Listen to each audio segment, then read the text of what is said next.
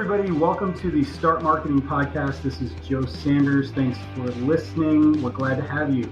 If you haven't already done so, please subscribe to our podcast so you can hear our previous episodes. Today, we're going to be talking about what you need to know when you hire a professional videographer. And before we get to that, I want to break down, like I do every episode, the reason we do what we do is because we have a system for digital marketing, and it is centered around the idea of not posting, but actually marketing. We like to say over here, stop posting and start marketing. We have a 5-step system for this that is the basis for everything that we do. So I want to go through that really quickly for those of you that may be joining us for the first time. Our 5-step system is as follows. Number 1, find the right audience. Number 2, create the right content. Number 3, promote your business as a brand. Number 4, use ample resources. And number 5, use proper analytics. So those are the 5 steps that we use. We're helping companies, businesses, and organizations do much better on social media and digital marketing because they have a strategy and they're not just throwing things up against the wall and seeing what sticks. If you haven't listened to our other previous episodes, we go through all the detail on this. There's also a book on Amazon you can buy called Stop Posting, Start Marketing that will break this all down for you. Okay, enough of that nonsense. Now we're going to dive into our topic for today, which is going to be about hiring a videographer for your marketing projects. With us today, we have a very special guest. We have a professional videographer.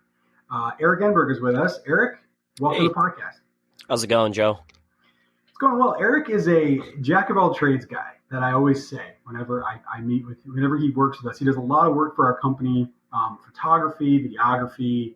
He's got a great marketing mind, very professional, great customer service guy, does pretty much everything. We could probably do, Eric, a podcast just about your life and work history.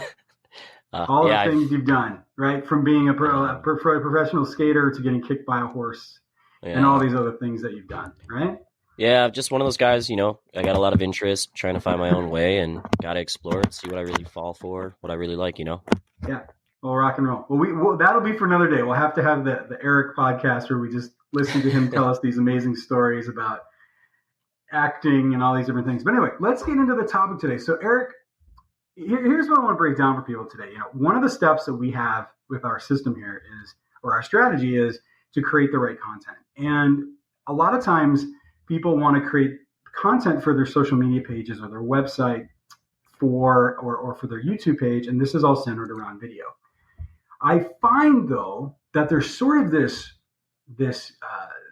very wide range between having, pretty good video to having good video to having great video, maybe having to professional video. And I think a lot of people who've never done this before might be a little scared and be like, well, I really want to do this great video, but I don't know where I'm going to get this information. Am I going to get ripped off? What are they going to do? How long is this going to take?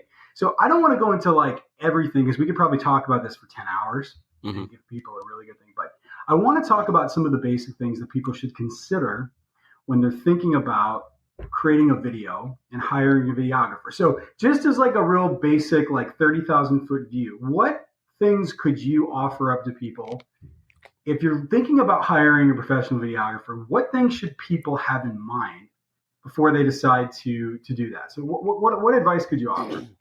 Well, the first thing I always say to someone when we're talking about video, if they're thinking about it, is what do you want to do with this video and who are you trying to reach? Because and what's your product? You're trying to show off what your business or what your product that you're selling is and who you're trying to reach out to. So those are, the fundamentals of why we're creating a video for social media, commercial, whatever have you, right? Right. If you're a candle maker and you're trying to sell to young adults or and teens, and you want to show off your product line, it's okay. Your product is you want to show off these candles. You want to talk about the process. And you want to show who it's for. You can take a photo on your cell phone and it'll look okay. And you might get some engagement. But when you see a professional photo or professional video of your candle that's beautifully made, that's centered out, that's set up, and people see that product, they can then, it's easier for them to envision itself in their room, in their house, in their wherever, right? So, you set it up and you're showing off who you're marketing for. And that's the biggest thing. because we're trying to, ultimately increase engagement, increase sales, increase whatever to help a business flourish. Right. And you bring up some good points because, and you've been working with us for a while now. And so you've met a lot of our clients and things, but, we've seen so many clients over the years who we look at their Facebook page, their YouTube page, or even their website, and man, they've got great video, right? They have, and we ask them, oh, where'd you do, how'd you get all this video? And they're like, oh, well, we hired this company and they came in to do this video. And it's like, wow, it looks great. But then when I look at how many views these videos have, right? Or I look at, I ask them, what's your, return on investment or something along those lines with this video content? What answers I usually get is, we have no idea, right? Like nobody's watched our videos. These video counts are like low. So I really like what you're saying, because what you're saying is, don't make a video just to make a video. Like use it as part of the marketing process, which I love, because that's exactly what, I've been preaching for years, is that I think sometimes people get into the world of video because they want to boost their ego, or they want to put something out there and show it to their friends and family and say, oh, look how awesome I am, or how cool my business is. But that's not always the thing. So to understanding who your audience is, I think is super important. But I like your example about, like, let's take like a candle maker, like maybe like a store or something, that and it maybe makes sense. So, and because you brought up the cell phone, right? You could take a picture with your cell phone, but you could also take a video with your cell phone. Are those, does everybody need to hire a professional videographer? Because I have a pretty, new Galaxy phone, and I know what the iPhones can do. These phones can make some pretty amazing videos, but what is like, if I have a camera or a cell phone that takes, 4K or 1080p or whatever it is, what's the difference between doing that and hiring somebody like yourself to do the video for me if I'm already shooting in high definition? Yeah. So there's quite a few differences. Cell phones are getting better and they are improving in quality, but they have not caught up to modern cameras. And that's just a fact. Not only that, but you have so much more, you're going to have a lot more resolution detail and a lot more mechanics and gear involved. When you're shooting a product on your cell phone, you're not going to have as high of a dynamic range. You're not going to have the same color depth that comes through the images. And, just because you're shooting with a 20, 40 megapixel camera on your phone, it's the size of those pixels, all right? And it's the size of the camera. When you're shooting on that cell phone, you've got, a thimble-shaped sensor on the camera, which is what is taking all that information. It doesn't matter how many megapixels are in those pixels if those pixels are tiny.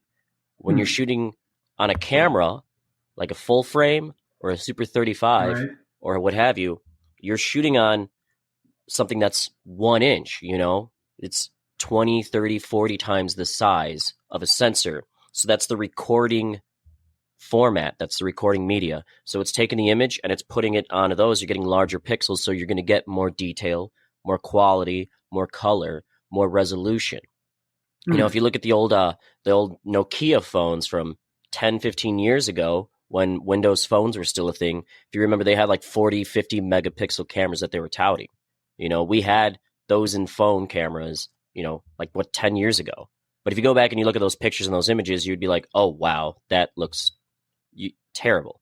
Because it doesn't matter how many megapixels you can jam in. It's the size of the pixel that's really going to help be a factor in denoting the quality and the difference, right? Yes, that's interesting. And so what you're saying is that while a mobile device or a cell phone can take pretty awesome video, that technology has not caught up yet to buying a professional camera or things like that. Do you think that are these phones getting closer to that? Do you think that will happen in the near future where you won't need to go buy a professional camera? It'll be part of your cell phone. Do you think that'll ever happen?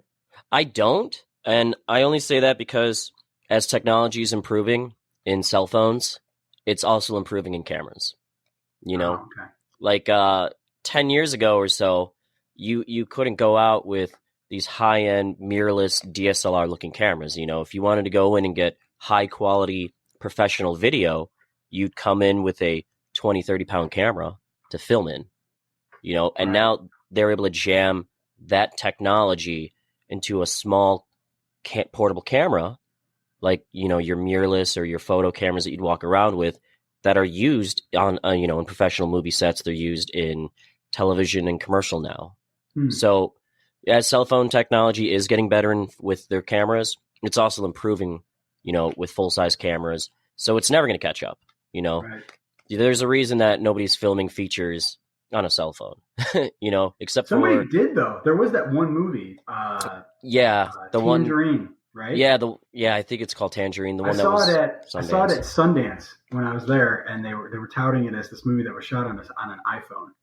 Yeah, yeah. And I mean, But that was a really specific use case that just yeah, happened to fit in with their narrative device, of how they wrote it.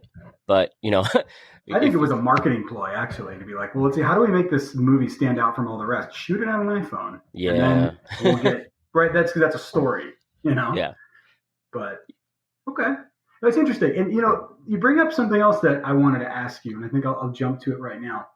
We all have seen these. We have all these images in our head of these like giant movie sets, right, with these giant lights and these giant cameras, and well, maybe not giant cameras, but all kinds of gear, right? Um, is that always necessary? So, like, if I have, let's go back to our candle store, right, our little downtown that wants to shoot a commercial, and they want it to be really good, and they're willing to spend some money.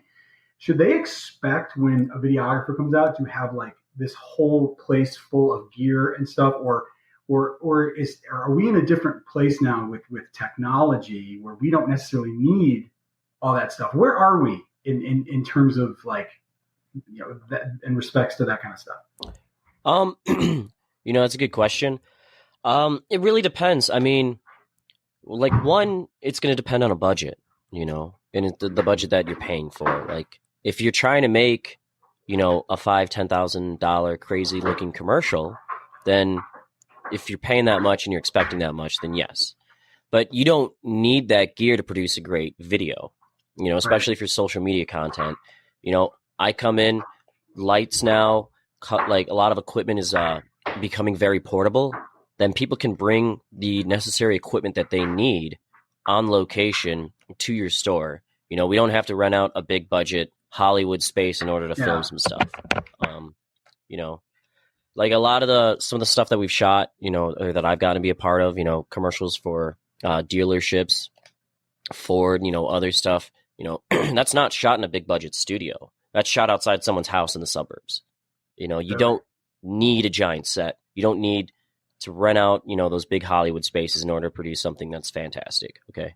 Like the stuff we've shot is at someone's house, and it was seen on TV, on television for all these people. You wouldn't expect it. Yeah, I mean, I know firsthand. I mean, I've seen you come into a place. We have a few other videographers too, but I've seen you guys come in with minimal gear, maybe a camera, a couple lights, a microphone, whatever, and sometimes even less than that, and produce incredible things that we've put on television before, and all these other things. So, is it really is the gap between like high quality getting something done is it's not so much the technology but the person, but the skill is it really the skill as opposed to the tool that you're using? Is that oh yeah, where is that? Yeah, definitely it's it's definitely the difference. The person that has the experience and the planning beforehand can come in with minimal gear and shoot something 10 times better than somebody who shows up, with an entire pickup truck or a rental unit filled with all their gear that they're coming in with. Right. If you plan ahead, you don't need to bring in 200 pounds of professional gear in order to shoot something. Right. It really comes down to the planning and preparation and the skill. If somebody's done their research, they can produce something amazing. You don't need as much gear when you have forethought. Right. That's well said. And let's kind of get practical now, kind of on that note. So if somebody is our little candle store wants to do this, and they said, you know what, we want to do something for Facebook and YouTube, and we want to this be part of our marketing plan. and we want it to be really good. But we're this little tiny store, right? And maybe I don't know what the revenue is or whatever, but maybe they do $1 million out of the building or something like that. Mm-hmm. So what should they expect? What is the ballpark ranges for like good, like a decent video to like a professionally, like an amazing thing? Like what is, if somebody has no idea what they're going to spend on a video, what advice would you give them? Like, what should they expect? Now, again, I think it might depend a little bit on where you live in relation to these fees. Now, we live in Chicago, so things might be a little bit more expensive if you live somewhere else. But what are your thoughts on that? That's a bit tricky because it always depends on their budget, and also like what they're trying to produce. Like rates always change. Some people have some standard rates, and it varies from videographer to videographer. Your name's attached, their skill level. But I always tell someone, like, generally at least $500-$600 to $1,000. Yeah. Like mm-hmm. That's what you should be expecting to start at. And that's on the low end.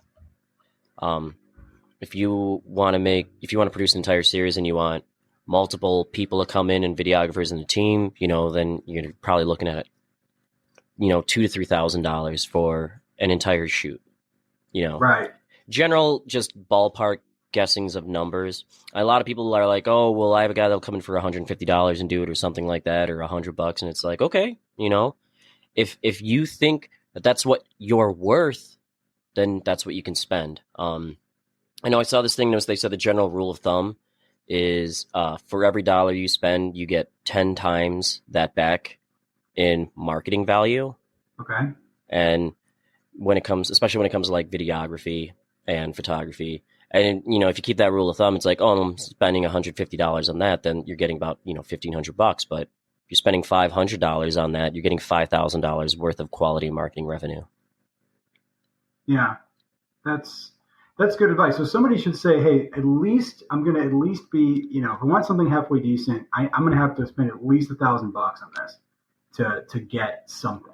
Good. Yeah. And then it probably goes up from there. And I think that's a good rule. I would agree with that based on what we see and how we charge our clients and things like that. So let's say that our little retail store here decided they got $2,000 and they said, we're going to spend $2,000 on this, and we got our budget, and we're kind of ready to go. Before let's say that they hired a videographer, and like you said, they didn't really hire somebody based on the equipment that they were touting. They hired somebody based on their skill and experience and maybe their portfolio. They don't really care what kind of equipment they're using because they can see that they get the job done. If they're going into planning this now, let's say they scheduled something out for a couple hours on a day. How can a business owner, somebody who's spending all this money, make sure, what can they do to ensure that process when the videographer comes is actually going to go as smooth as possible? What things should they be thinking about before that day, that shoot? Mm-hmm. So they're going to want things to be clean and presentable. That's the first thing. You want to have an idea that it's clean, and you want to know where like maybe your good products are that you're trying to show off, and then have a section of that for, right? Because it's your store, so you should know like, oh man, people usually come right here. I have this set up. It looks really great. Like, I'd really like him to get shots of this, and maybe showing off the stuff that I really want to show off, like my hottest products of the store that I want to be featured. Those are two big key factors with setting up and just preparing. Another one is in like pre-production, having a conversation. What kind of videos do you want? I think is also a very big component. I always recommend, if we're talking about shooting something in that budget, making a couple videos, and I'm coming in, we're going to make a target video, maybe a couple different targeted videos, and a landing page video. I always say we should have, mm-hmm. if we're doing a series of videos, we're doing a few of them, we should have one general video about the store itself, and then a couple targeted videos. The targeted videos you send out to, your marketing key demographics.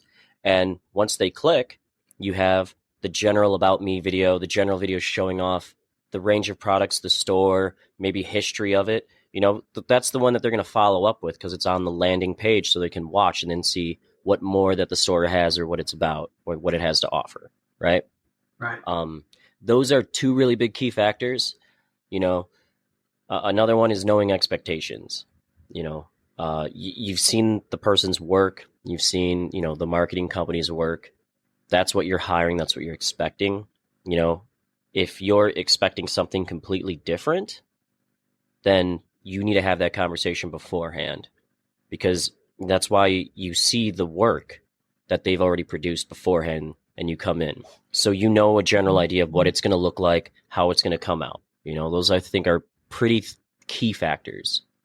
Yeah, that's really good. And I think, one of the things that, we've been doing this for a while, and I see whenever we run into problems with clients, it typically stems from the fact that we had a plan and we walk the client through the plan. And then when we show up, they want to change the plan. And I think as you're a business owner, if you're hiring a videographer, I think that's a mistake, because you need to focus in on what it is you actually want to do. And then I think when people see the cameras and they see the lights and they see all the stuff and they get in this creative mood, everything starts to, they just start to, I want to do this, I want to do that, I want to do this. And you're like, no, that's another day. We need to focus in on the one commercial, the one idea that we're going to shoot today and get that done. Because when you start trying to do too many things, you'll blink and the videographer will have been there for 3 hours and your time's up and it's over. And now you're done and you don't get anything out of it because now you've got this mess of content that doesn't go together. So I think that's really good advice. And I always tell people, you're making a video, focus in on one idea, like one thing, because we all, how long are these typical videos that people are putting out there these days, Eric? Like 2 minutes? Not even 1 minute.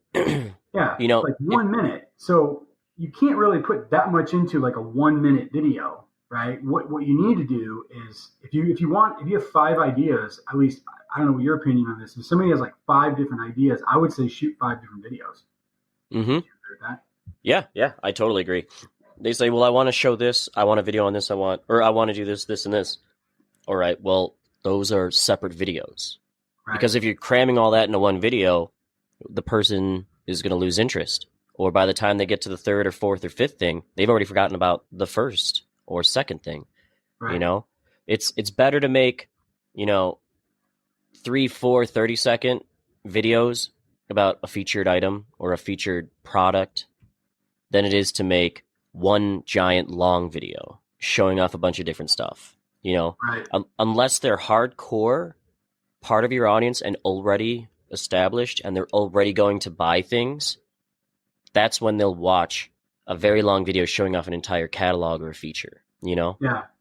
And that goes back to what you said earlier, and what I said earlier too. It's about your audience, right? Like I said that at the very beginning, I said our 5-step process, number one is usually number one for a reason. It's focused on who your audience is. And you said the same thing. You said, well, if you want to do a video, okay, if you've got this, I don't know, if you've got an art gallery, well, we could spend a month in the art gallery shooting video. But what is the goal here, and who's our audience, right? Is this people that have never been to the art gallery? Are these people that are members of the art? I mean, it's like, you know what I mean? Like you have to think about that, and then you have to think about your timing, and then what you want to say. And I think you have to just cut out the clutter a lot of times and focus on that one idea, that one big idea, that one thing that you want to do. Get and figure out the fastest, cheapest, I guess, and easiest way to communicate that in your video, and then move on to the next video. I think that's what we see the most is just that's one of the biggest mistakes that I think business owners make. The other one I think is to not budget enough money, because there's 3 parts to a video, right? There's pre-production, there's post-production, there's production, there's pre-production, production, and post-production. Mm-hmm. And if I'm not mistaken, post-production usually is the one that takes the longest, right? Oh, yeah. I shoot for 4 hours. I'm editing for 10, 15 at least. Yeah. Yeah. And so taking that into consideration to say, well, we have to do a 2-hour pre-production on a 4-hour shoot, and then it's going to take 10 hours to do the editing. somebody comes back to you and says, well, it's going to cost, $3,000. You're like, well, you're only going to be here for 2 hours. You're like, yeah, I know that, but look at all the things you asked me to do in this post-production. And that's a big graphics and stuff, right? Yeah, and that's a big thing too. If you're paying for these hours of work and you want to do it short, that's why you do that super low end ultra budget. If you're saying that like $500-$600, which I said was that super low end, then I'm cutting it off. Once I get to that point in editing, it's done. Unless you can pay for more, because I can't work for another 10, 15 hours for free, right? Because you didn't have the budget, or, you didn't want to figure out or make the budget work. That's why not having enough money, money's going to come with the quality. If you're paying for this, then that's how much time I'm putting into it, Yeah. And maybe the option for somebody who's saying, look, I don't have, $2,000 or $3,000 to do this, would just be like, you know what, if you don't, then maybe you should just use your cell phone and try to just do something on the fly by yourself. There's a lot of DIY things you can learn fairly quickly, and you can probably put something halfway decent together. It's not going to be nowhere near, bringing in somebody like Eric to do your video for you. I mean, it's not going to be in the same zip code, but it might be passable. You might be better off just doing that. If you're going to spend like $500 to get junk, you might as well just save it and just do it yourself. And then when you're ready to do that pro style, save up a couple grand and then get something really good. Exactly. Like, save up. If you don't have the money right now, then, if somebody says, well, this is all I have right now to pay you, I would tell them, well, why don't you wait, save up a little more, so we can come shoot something much better and with much higher quality. Yeah. That's great. They also need to understand too, like, filmmaking is not cheap. Right. Some people, that's the other thing, they're like, oh, well, why am I spending, $2,000 on this? And it's like, because I'm coming in with $15,000 in gear, right. on top of the work I'm going to be putting in. Like, what do you think pays for that? Right. Yeah, no, that's right on. And again, I think depending on the level of videographer that you hire, you should expect to pay more, but you get what you pay for. Not to say that there isn't some people out there that don't charge that much that do a good job. I'm sure they do. It's a market like anything else, and there's always entry, and there's always amateur to professional students and things like that that can do it, or people that just do this as a hobby. But yeah, I mean, if you really want to get somebody quality who knows what they're doing, we don't have to worry about it. You're probably going to pay a little bit more, but I think it'll be worth it in most cases. And if not, and if you don't know anybody, or you have you just want to see what happens, I would encourage people to get that cell phone out, or maybe that halfway, couple $100, camera that you have, and give it a shot. See what happens. Learn a little bit, and then I think bringing in a professional after you try yourself might even be more gratifying. Yeah, to see exactly what these people actually do with the equipment that they have. Yeah, especially if they're trying to, do some small things like that themselves and they invest. I think they'll really appreciate when they bring in a professional, because they understand, like, oh man, that's what goes behind it. Right. This is what you're producing with this, and now you understand, like, why they're able to produce what they can with what they have. Right. Yeah, that's right on. Well, that's great. Well, hey, Eric, thanks again. This is great. The time goes by really fast here, as I always say.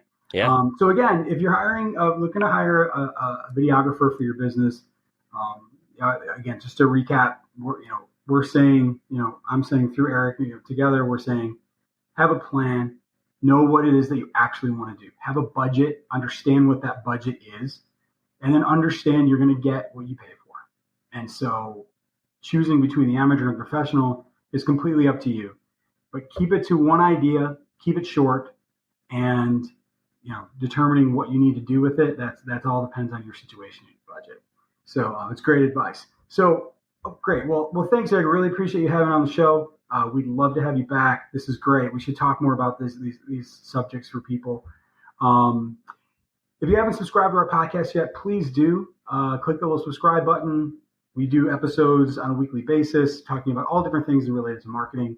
If you have a message or you want to have a question for us, anything related to digital marketing, please send it along. You can go to relevantelephant.net. You can find us on Facebook or Instagram. Shoot us a message. If you took the time to listen to us, we'd be more than happy to take the time to listen to you. And until next time, this is Joe Sanders saying, stop posting, start marketing.